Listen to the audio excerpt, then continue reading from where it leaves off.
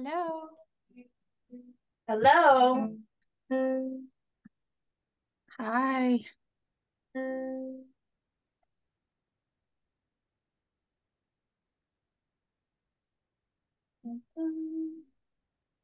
waiting for more people to come on? Think so. I was gonna go out and I've got so many apples on my tree right now. I'll be doing that after some apple harvesting after I get off this call. Fun. Hmm. A little bit of gleaning.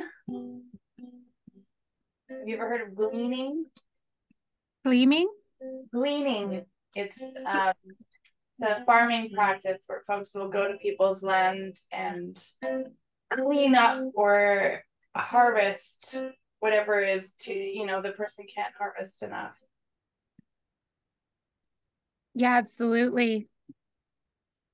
That's definitely what's happening. I'm just I got inspired to create some space for me to relook at this attachment roots. There's 6 roots I wanted to be reminded of, which I'm just getting them because um, I feel inspired to do that because I'm working on a piece of art um, to connect that. And that's where I'm at right now. I'm just kind of looking for those roots to be reminded, those specific roots. Absolutely. And yeah, I've lit my candle. Um, yeah, Yay. I guess looks like you're gonna play a song. I'm going to just be close by while you're singing. Okay. I'm actually just playing background music.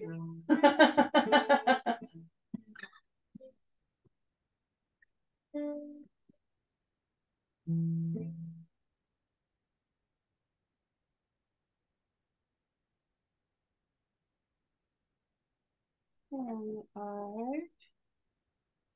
Okay, great. Found what I was looking for. Um, I don't know how. I guess I can start my video. Just looking here. There we go. Hello. Nice to finally see your face. Yes.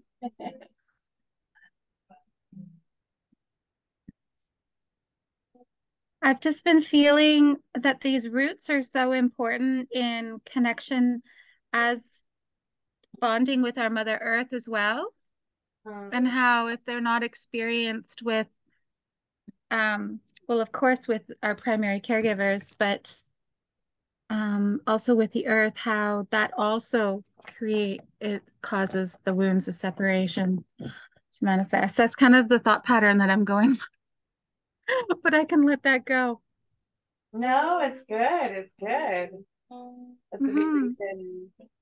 big reason we're here, right?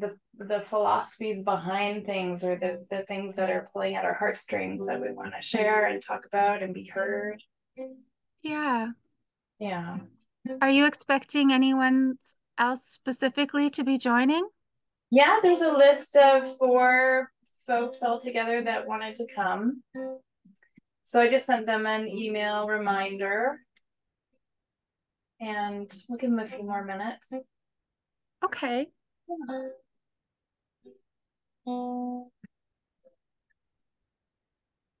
Did you bring something to drink or something to eat? Yeah, I feel so grateful because I just ate um completely from my garden. Hmm.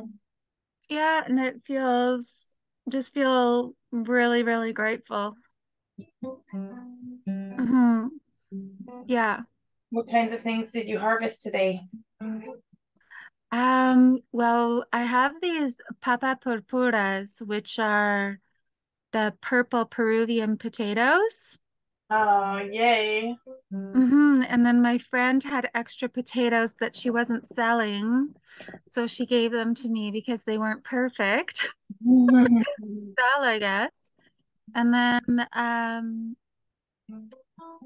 I have some peas and some cilantro and tomatoes, also from my friend's garden, um, and chives. Yeah, I think that's what I had. Yeah. And then the olive oil was from a distance. Yeah. Oh, wow. That Yeah. sounds so good. Yeah, it was really good.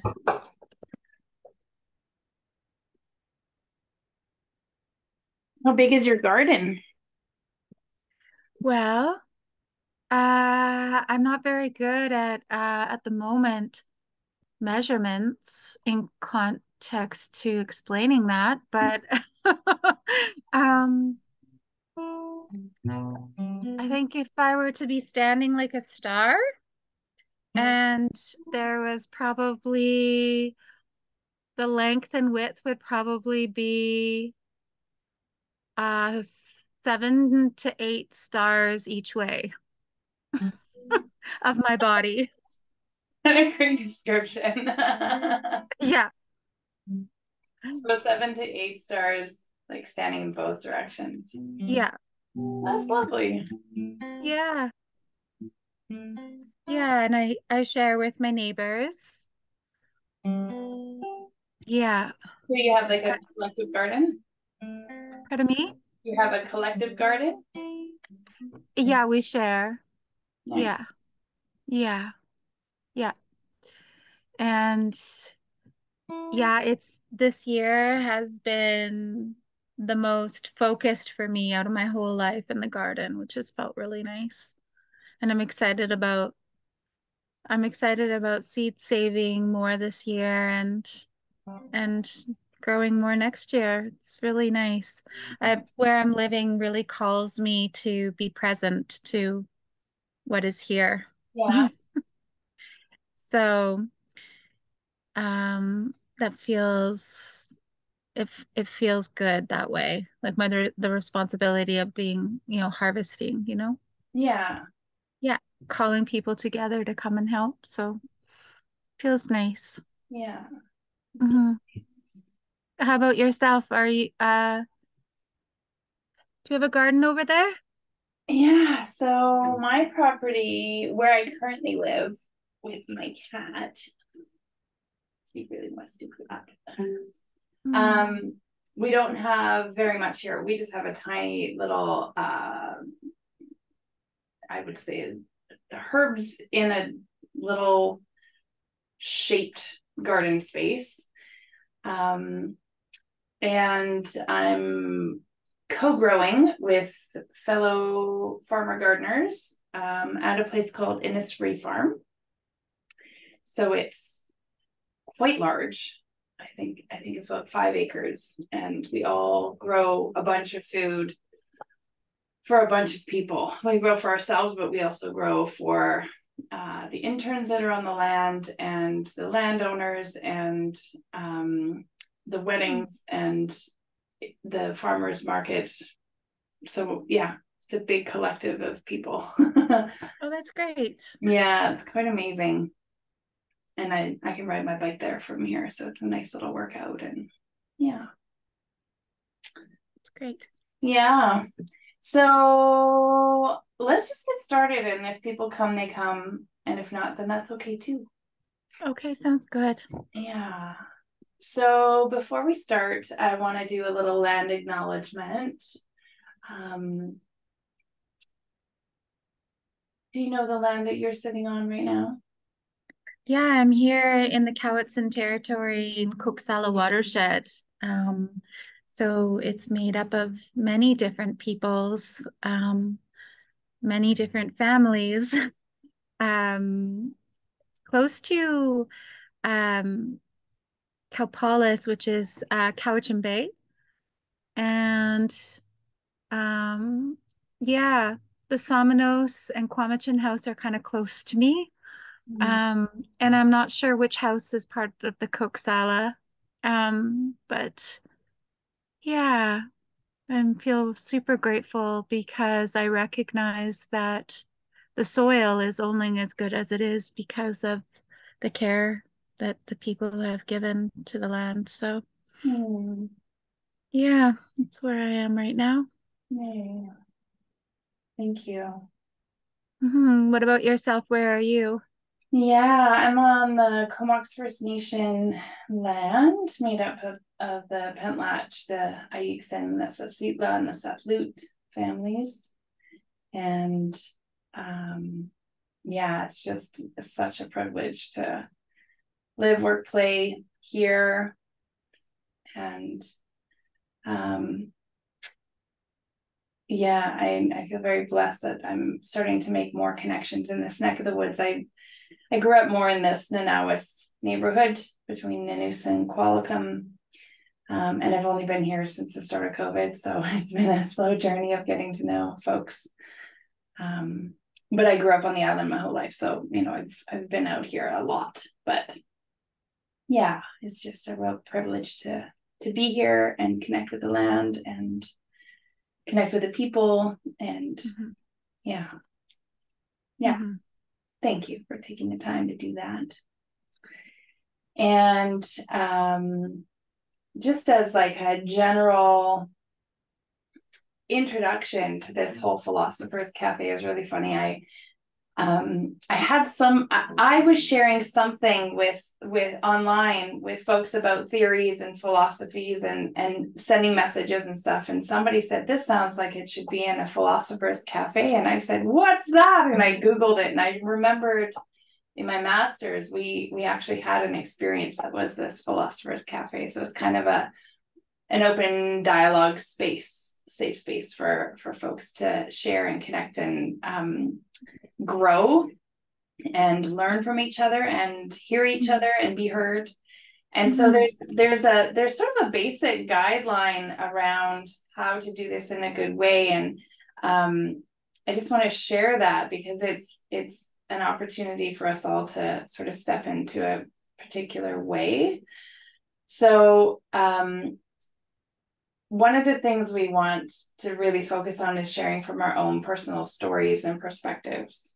And if somebody else has an opposing perspective that we are uncomfortable with or don't like or completely disagree with, rather than saying no or you're wrong or any of that kind of stuff, it's saying, interesting, my opinion is, and just go into your story. So it's not laying judgment or blame or pointing the finger at somebody else's philosophy.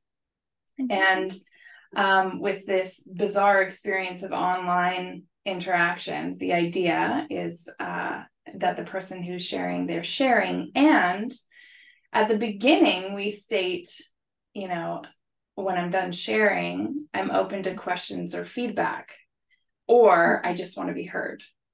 So Yeah, it's, that's really important. yeah, it's these two pieces, but saying it at the beginning, because if we wait until the end and everybody's just bubbling with the anticipation of wanting to comment and respond and react kind of thing, it kind of feeds this inner dragon in us a little bit. So yeah, so starting with, yeah, I just want to be heard, or I'm open to people responding. And I know it's just you and me on here, but generally, as we move forward in this concept, I look forward to having more and more folks join in. So, and one other thing that I'd like to do is just letting you know, in case you didn't get the memo, is that I am audio recording this because I'd like to put it on a podcast if it turns out well, like if what we share we feel good about sharing, and I'll do a check-in at the end to say, is there any part of that you don't want to have publicized? But the whole point of it is to generate conversation and to generate content for people to hear about these philosophies, and trusting that it's coming from a place of lived experience. It's not necessarily professionals in the field or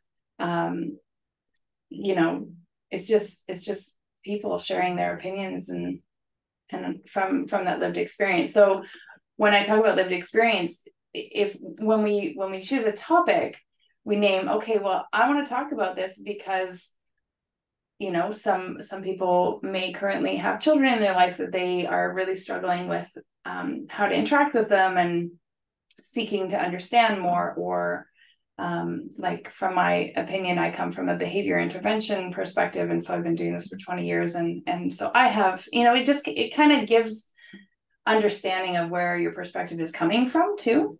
So that's kind of a neat side of this as well. So I'm just gonna share the 3 options.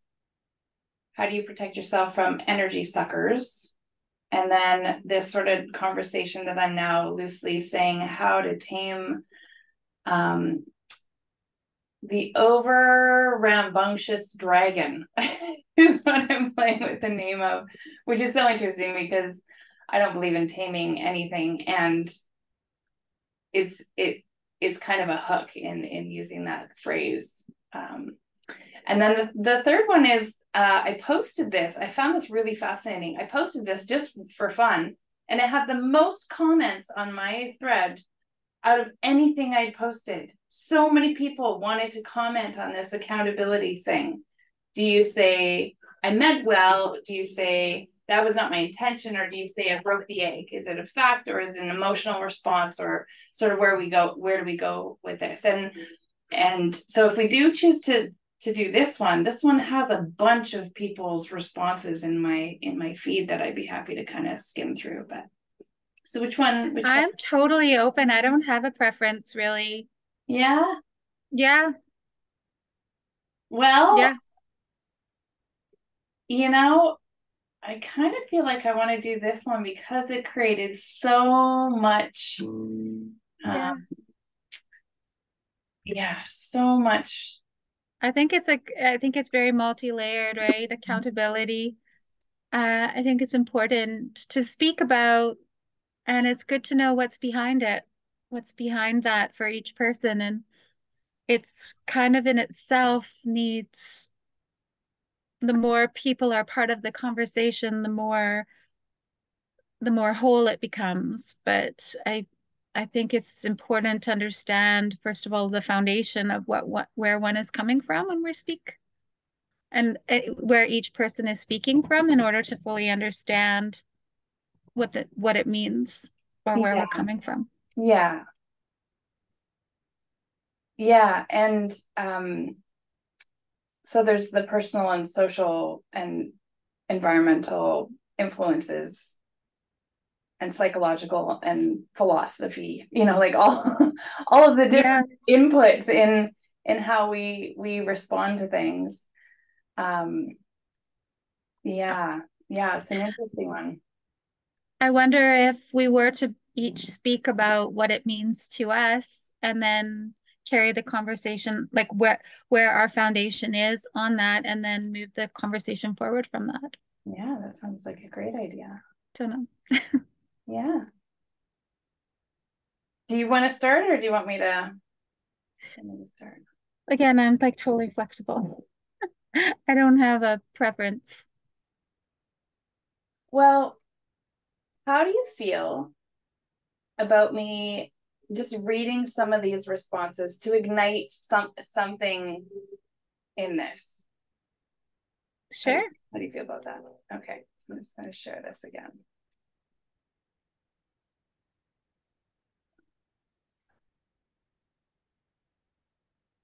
Oh, Belinda, she just called me and said, I'm so sorry, I was going to come, but I can't. And I really appreciate that you're doing this, and I want to come and be part of it in the future. So this was the post that I shared. She says, I experienced this with one student, particularly last week, in a way that stunned me. This young person was engaged, grateful, fun, nature connected, but would lie, make up an excuse, or give strangely creative answers anytime they were on the spot, tagged in a game, responsible for a mistake, or hurting others. I've been asking myself the same question as above. One guess is that their truth has rarely been asked for or taken seriously. When I read Belinda's post, it made me think of some folks that I've interacted with over the years, and made me really curious about what was at the core of that for them. Yeah, it reminds me about my mind recently has just been so much on raising awareness again about just the process that one is in and creating a healthy attachment and with oneself. And so I think about, is that person feeling shamed or blamed in their heart and their being, that it's not safe. They don't feel safe to speak. Like deep, there's something deeper about why somebody does something. Mm-hmm. And if they haven't had the experience of feeling safe, it won't show up in a social situation either. Right. And are you open to me responding, or do you want me to just hear Yeah, you? absolutely. Yeah, yeah. Okay, so what? Maybe I shouldn't say, well, first of all, I just want to say too, like, I got to be careful about blanket statements. I don't want to say that's true in every situation. But Yeah, yes, go ahead. yeah, and that's Mhm. interesting. So I'm about to sort of unravel that statement and make it related to very specific context. So for me, as a behavior interventionist, there's general interactions that happen with neurotypical children that are expected behaviors. And then when I witness an unexpected behavior in a consistent manner and they haven't corrected it themselves, it makes me realize, okay, there's something that they haven't learned, and or there's something that they can't learn. Mhm. And so I've had a few folks, yeah, this is how they responded to things. One specific example is, yeah, when they get called out, or when somebody says you did that and they say no I didn't, and everybody says yes you did and they say no I didn't, and they storm off. And you know, it's not, Yeah. I can tell from looking at it from a bird's eye view, without being the one they're interacting with, but just looking at it from a bird's eye view, that there's a psychological block there that, again, it's dependent on the child and their neurodiverse needs to determine whether or not it's going to be something that they can solve therapeutically. And that's not even the right word, therapeutically. I don't even really know the word that defines working with a child through the thing that they need to work through. And it doesn't have to be with a therapist. It's, you know, Yeah. they could be Mhm. solving this through live action role play, or having calm interactions with folks and with compassionate people. Like I've witnessed Yeah, the that's the important. the being held, these children being held by these other children and myself and other workers, for them to just struggle through this hard stuff, and then all of a sudden they will, um the switch will turn, and they'll get it, and they'll just realize it, and there's not even words to explain it. Like at the age that I work with, ages sort of 8 to 12, to try to explain that kind of stuff, it doesn't work, and it doesn't make sense yet, all the time. And yet positive It's reinforcement of the thing that they have accomplished, to say, oh hey, you used to do this and it sounded like this, wah wah wah, and now did you notice when somebody came to you and did this, instead of you going wah wah wah, you said, okay, I might have done that. mhm. So you Right. learned, you demonstrated learning, right? Was it uncomfortable? Yeah, it was uncomfortable, right? And Mhm.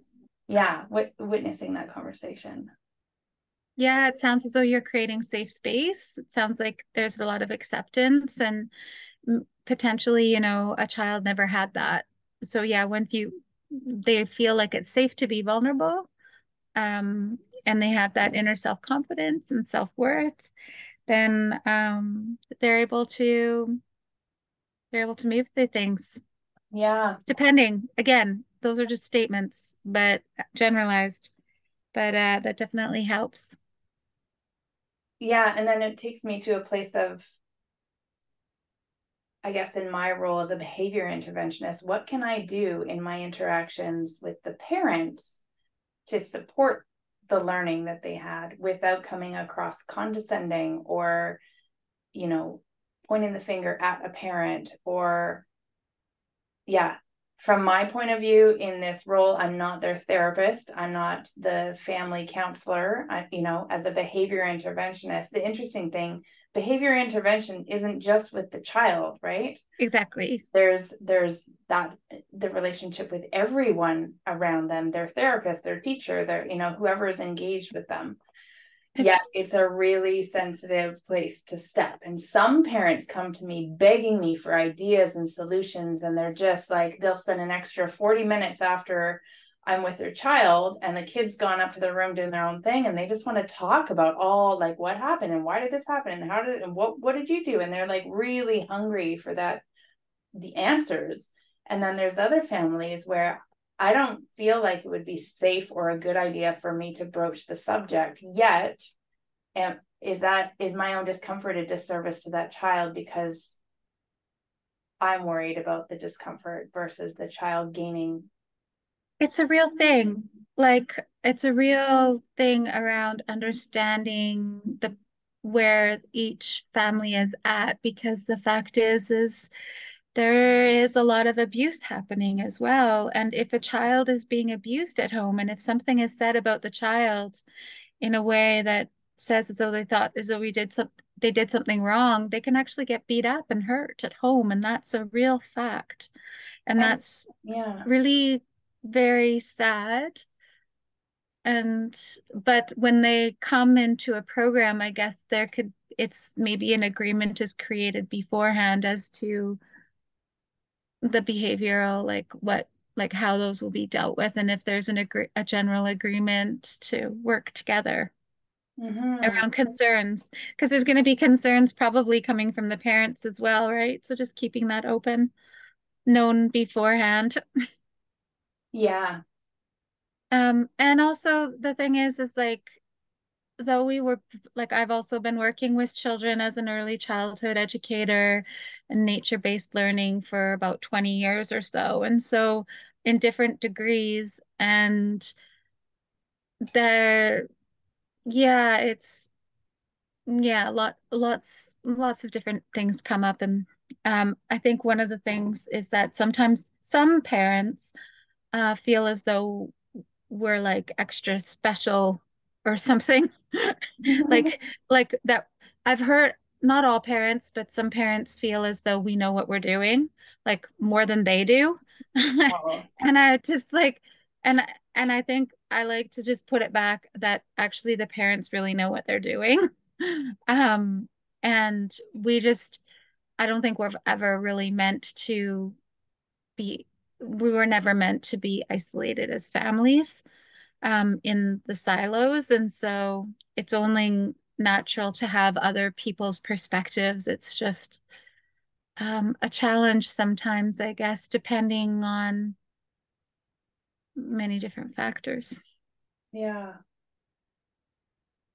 Yeah, there's that interesting dynamic of when you're the leader of a children's group, the children will comply with each other because of the dynamics between the peer relationship that makes it copacetic and makes it quite a bit easier, especially when there's more kids, for the leader, because they're all mingling with each other and playing with each other.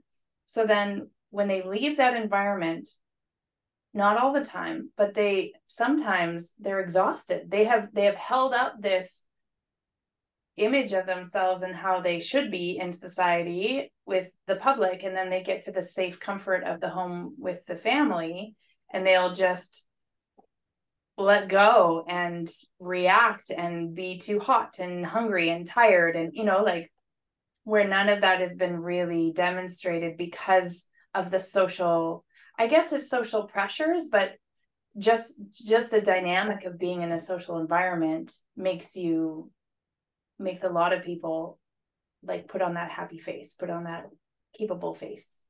And then so the dynamics that a parent is dealing with their child is very different than the dynamics of a leader running a program, or even behavior intervention one-to-one. Like, I have kiddos that I've worked with for years and years, and one example I've known for 3 years, and I've had them have a pretty harsh moment 3 times in 3 years, where I'm hearing from the family, they experience that on a weekly basis. And so, yeah, when you named the parents looking at us as leaders to be like, we're better than them, it's just such a different dynamic. Like, a parent's role is to hold their vulnerable child and for them to fall apart with them, you know? And that's a piece. I saw something on, I saw a post yesterday of an infant just losing it, just bawling and screaming and pounding at their mom, and the mom just held them. And it wasn't about shushing them or calming them down or it's okay or none of that. It's when they're having that big moment that mama just sat there in this, yes, I'm here, and you can yell and you're screaming, and I'm here and you're safe. And It's really important. that's a dynamic that I think It's important that is a child can growing. feel that safety in order to be held in that way with any primary caregiver. Yeah, and that the primary caregiver can do that. So a primary caregiver or a parent gets faced with this. Okay, so this almost relates to the how to deal with energy suckers. They're getting faced with this thing that it's like an outlet, and it's demanding their time and attention. And how do you it's not defend yourself from them because you want to be there for them, but how do you not take it on when they're projecting it at you, right? So, I yeah. think first of all, though, there maybe needs to be there's I keep on thinking about um the root again of is a child ready to be in a peer situation? Mm.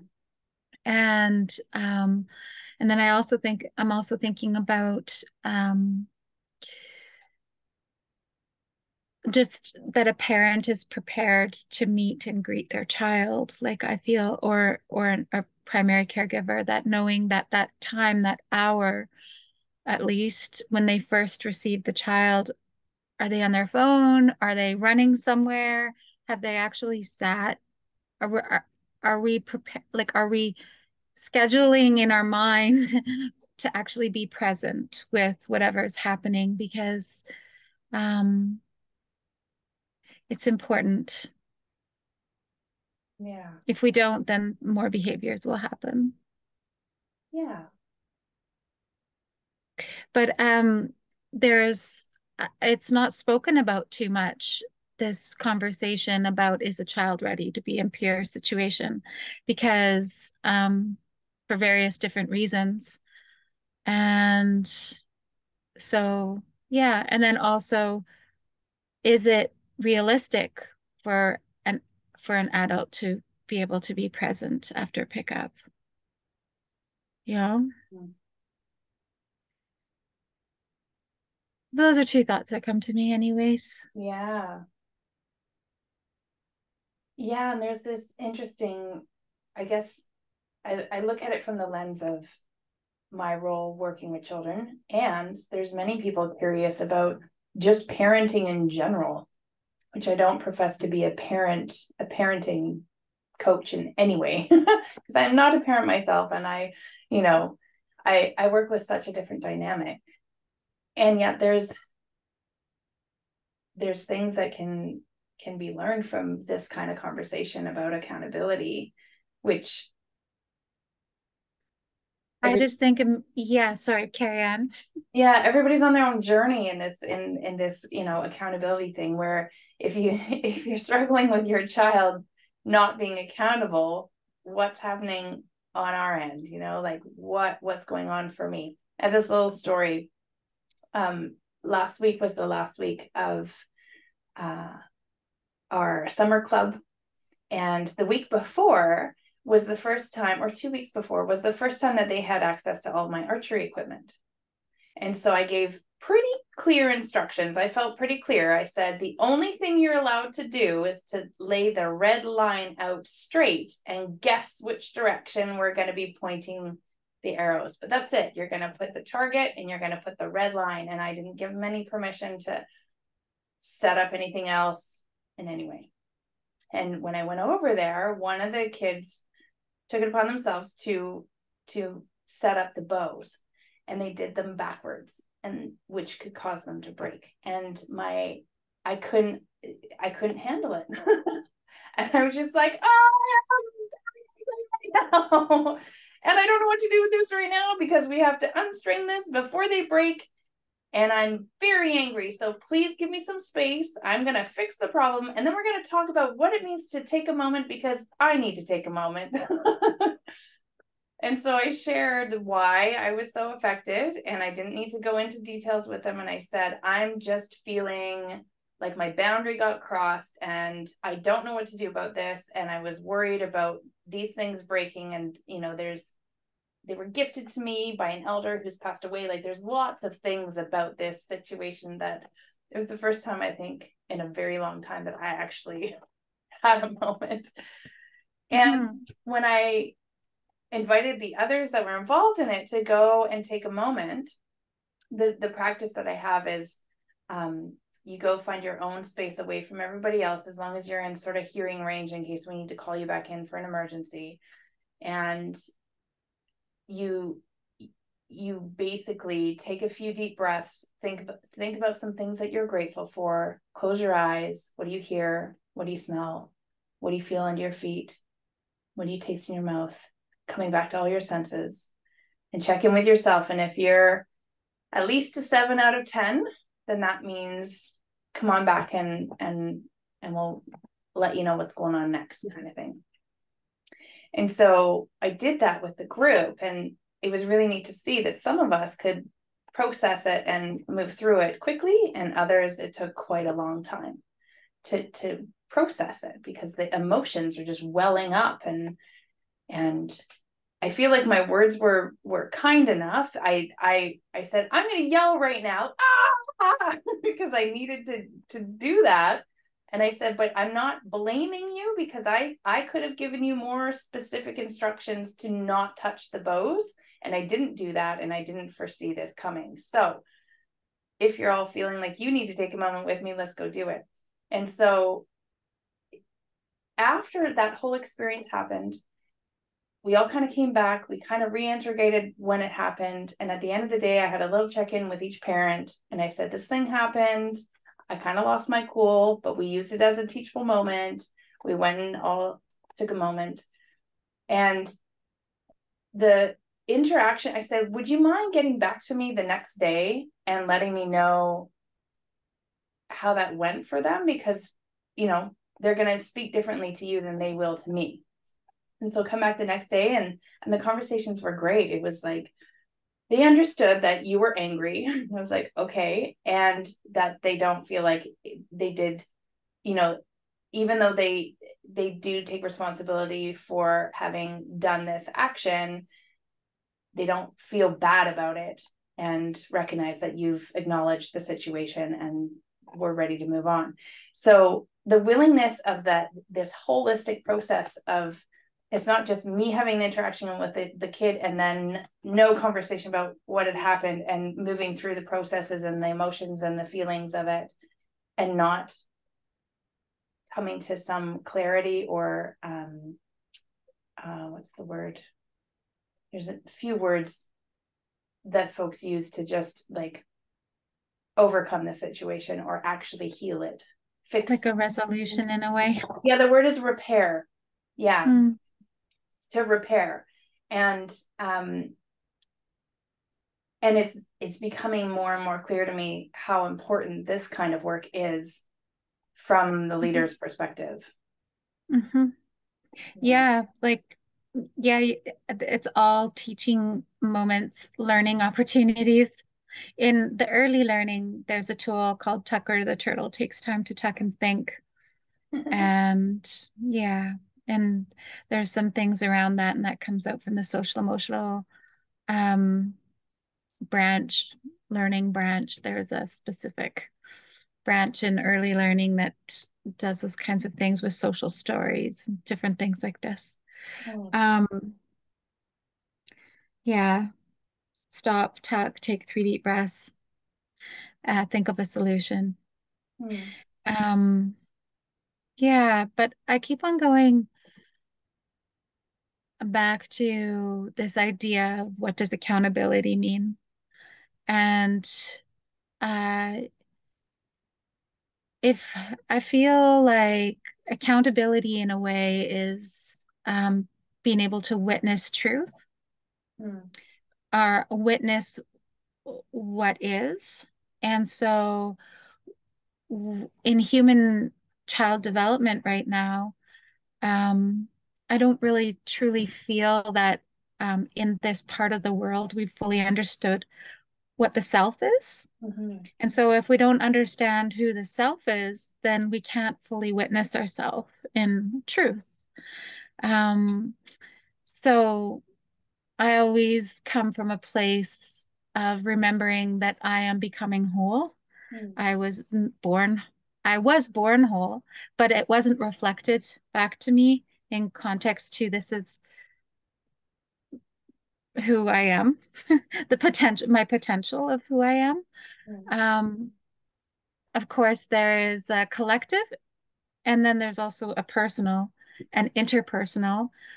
But when I come at it from this place, I think of the physical self as earth, and I come at it from the air, as in the mental, the thoughts, Mhm.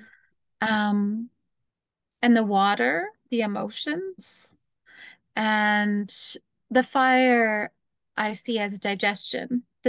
This process of right now is I feel like we're in a fire moment of processing, Mhm. and then ether, the spirit, and so I'm just so aware of how the colonization really created separation of to who we are, and that the and when we care for children, um, accountability to all of that is on has to be understood in context to our wholeness, Mhm. and like it's in and it's not and that support is not there collectively right now. um and if it was, the family would be the center, and but we're with this unlearning and decolonization and realigning and unweaving normalized dysfunction, I call it. Hmm. um it's um an acknowledgement too, like you're talking about the emotions, and in this part of the world, anger has never been something that has been processed in an effective way collectively. Problem solving, you're talking about, like these ways of, um, yeah, I'm going back to like the compassionate communication, the nonviolent communication that Rosenberg has brought forward for a reason. And Hmm. I'm thinking about how even now when I'm learning about the difference between my feelings and my needs and requests, like how that I'm still learning. I'm still learning. And so um, accountability in this moment for me is to keep on learning so that I can understand who I truly am. And to be able to fully show up for my, like, because then there's the accountability piece too, like as an adult is also dealing with that inner child, right? So that we can discern between the when we're showing up for the child in front of us, but like yeah, that's also a big one. And and then our earth, and I feel like some of the I can't there's some programs I can't be involved with because of the projection towards a lens of interpretation, which to me is valuing domestication more than the wild. Mm. And again, I feel like that's a discrimination, which I don't want to be projecting onto the child. And to me, that's my self accountability. So, like, but yet there has to be a balance. So, like, accountability too is like the context of racism, systemic racism that we're in. Like, it's just huge. Like, I feel like this topic is enormous, but then I have heard some parents say, well, we're not, I didn't bring this child in the world just to care for them by myself. I need a community to help.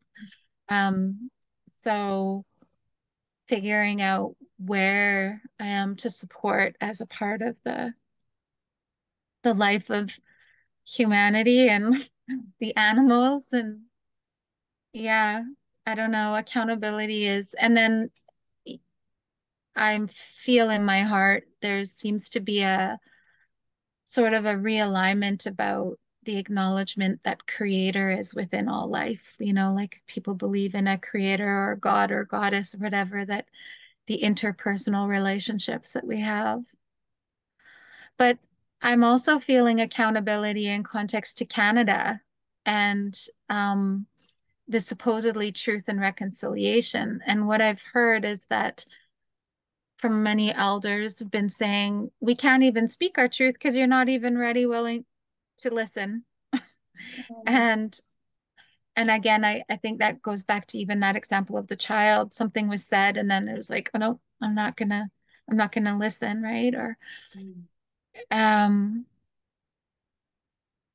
so yeah, I feel like it's always a daily practice, accountability. Um, yeah, but if we were really willing to listen, we would like things would change really quickly for the better. Mm. So these are always great spaces to reflect.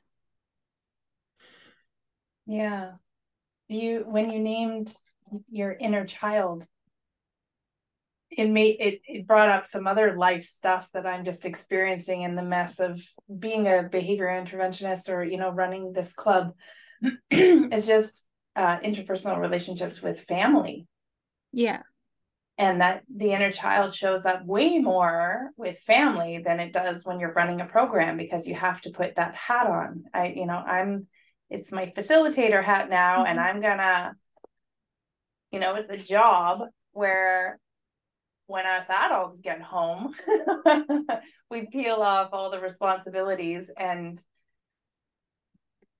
that professional face front that we have. And some of the interactions that I've been having with family members are, it's a vulnerability that I am almost not willing to open up.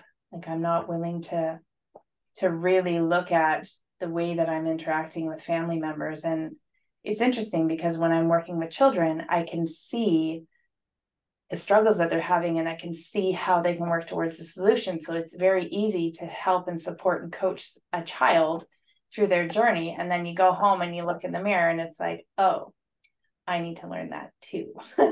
I know it, but I need to put it into real practice in my life with the Mhm. people that matter. And Yeah. that I find very, very challenging.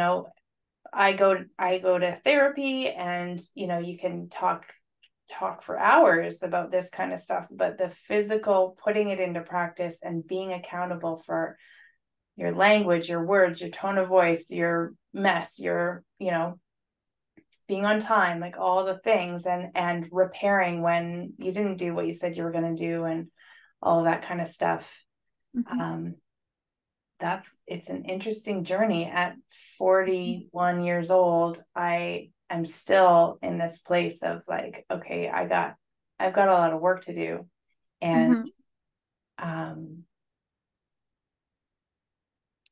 I've been seeking circles or groups or therapists or something that can shift the habits that I have from my upbringing, the coping mechanisms that I created to make myself safe. Yeah. The thing that makes me vulnerable to the energy suckers, right? This Hmm. shell or a bubble or whatever, people say, just put a bubble around you. It's like, well, easier said than I done. don't know. When you're in the heat of the moment having that Yeah. conversation with a person, there's no bubble. Yeah. There's no white light. It's like, I am getting triggered and I'm going to slam the door now because that's all I know how to do. Uh-huh. Yeah. Or I'm going to walk away and I'm not going to be very nice about it. Or, like, how do Hmm. you, yeah. And so I have a friend who's been taking training with Gabor Mate, Hmm. and I witnessed their journey while taking this training. And one of the biggest key teachings that came from what they shared is that so they have a child, and they um, the Gabor Mate spoke to them and said, you need to do the work yourself. You want to see your child improve and change and grow and fix these problems. You need to focus on yourself. And it was Yeah. interesting to witness this transformation of awareness of, oh, I've been putting all my effort into trying to change my child, change their behavior, get them to change. Then that person just solely focused on themselves, and the whole dynamic and relationship, Yeah. the self-efficacy of the child, all these things really, yeah, it was a game changer. And Yeah.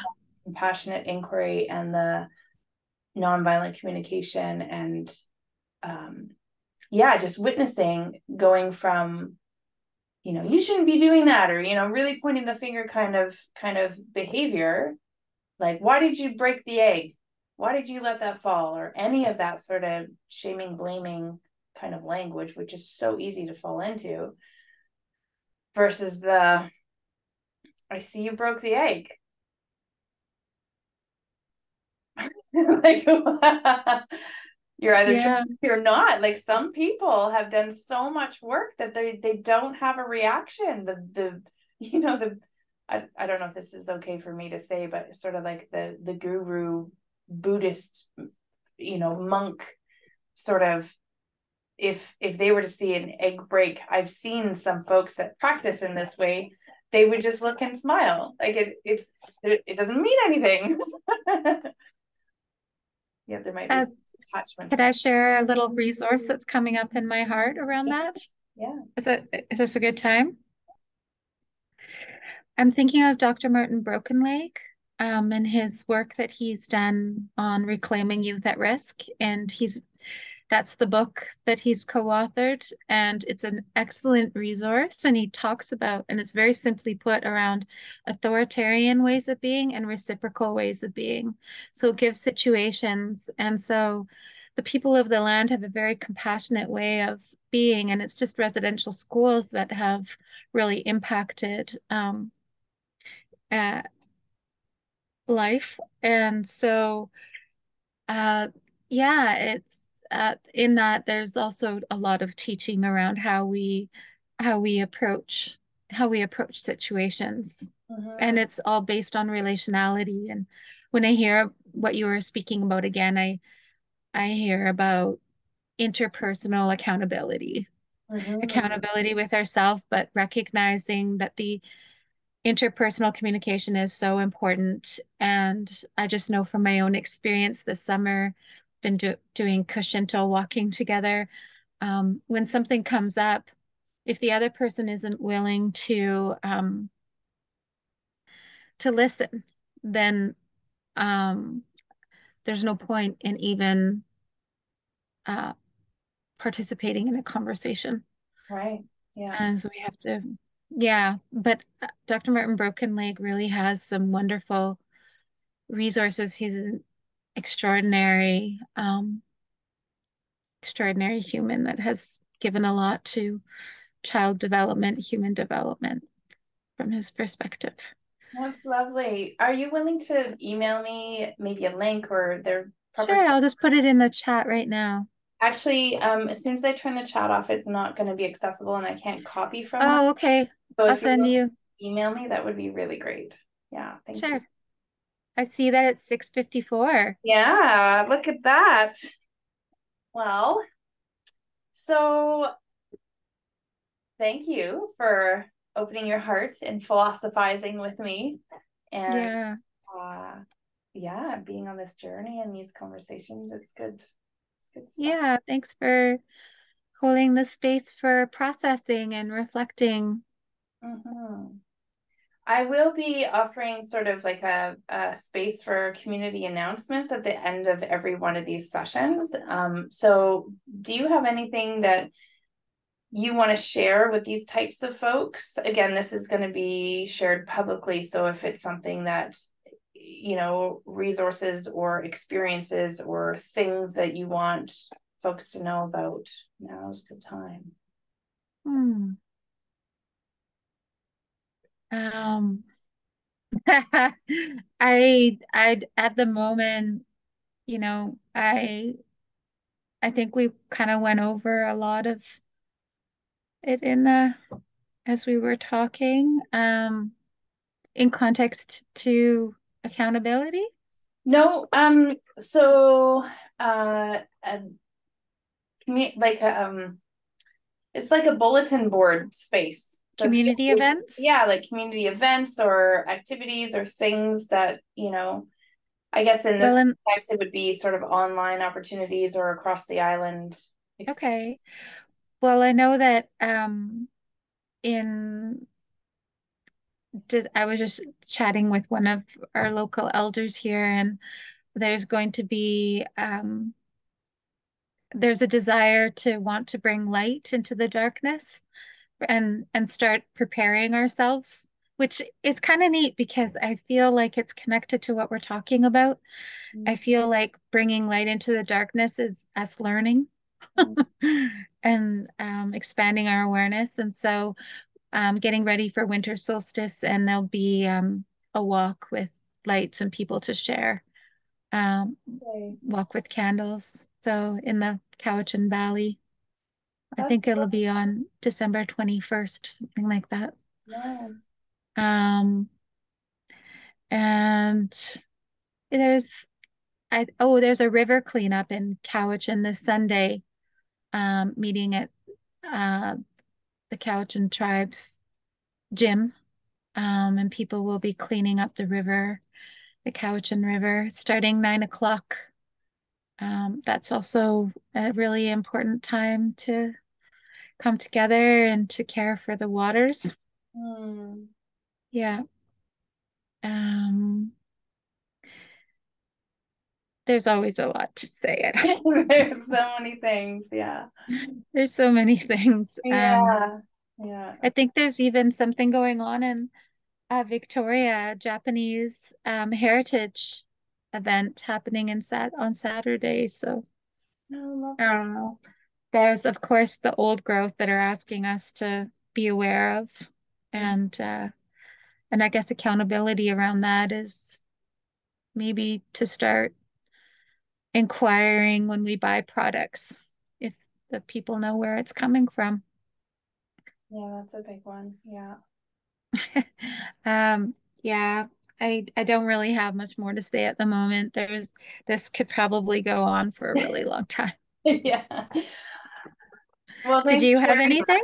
Yeah, I do want to share there's a couple of things that I've thought of that I just want to kind of put out to the community. One of them is this sort of apprenticeship in story crafting and supporting folks to learn how to do digital story production. It's kind of like what we're doing right now, inviting people to come together and have conversations or, you know, uh sharing your true story to your community in digital formats or yeah, just getting the word out there in different ways. So that's one thing that I'm offering to the community. And folks can just contact me directly. I'll put information in this post about that. There's been a couple of other things very direct locally here. We had a dear friend have to receive support from the Comox Valley Search and Rescue last weekend. And so we're going to do a fundraiser for the search and rescue in this neck of the woods at Innisfree. So we'll be posting a date for that sometime soon. And in relation to sort of your neck of the woods, a lot of people in this area are talking about going back to Fairy Creek and supporting the old growth stand, which is a whole nother world that we could open up a can of, which I have done a lot of sharing in the past about. Yeah. But I'm not going to go into that. But just like, if people want context and access to how to go to Fairy Creek and feel safe in a good way. I've been there a few times. I know of some people that are going there soon, and it's either going to be an easy experience or not an easy experience, and it just depends on many factors. So Yeah, that would be a good talk in itself. I've participated as well, and yeah, I think as many people talking about this as possible would be actually really helpful. yeah, Mm-hmm. yeah, that could be our next topic. Mm-hmm. Yeah, I Yeah, think that's a great idea. Or somebody else bring it forward a zillion different ways. yeah, yeah, totally. Well, thank you so much. It's been such a treat. And Mm-hmm. yeah, I look forward to future connections with you. Thank you. Enjoy your Have a day. beautiful night. You too.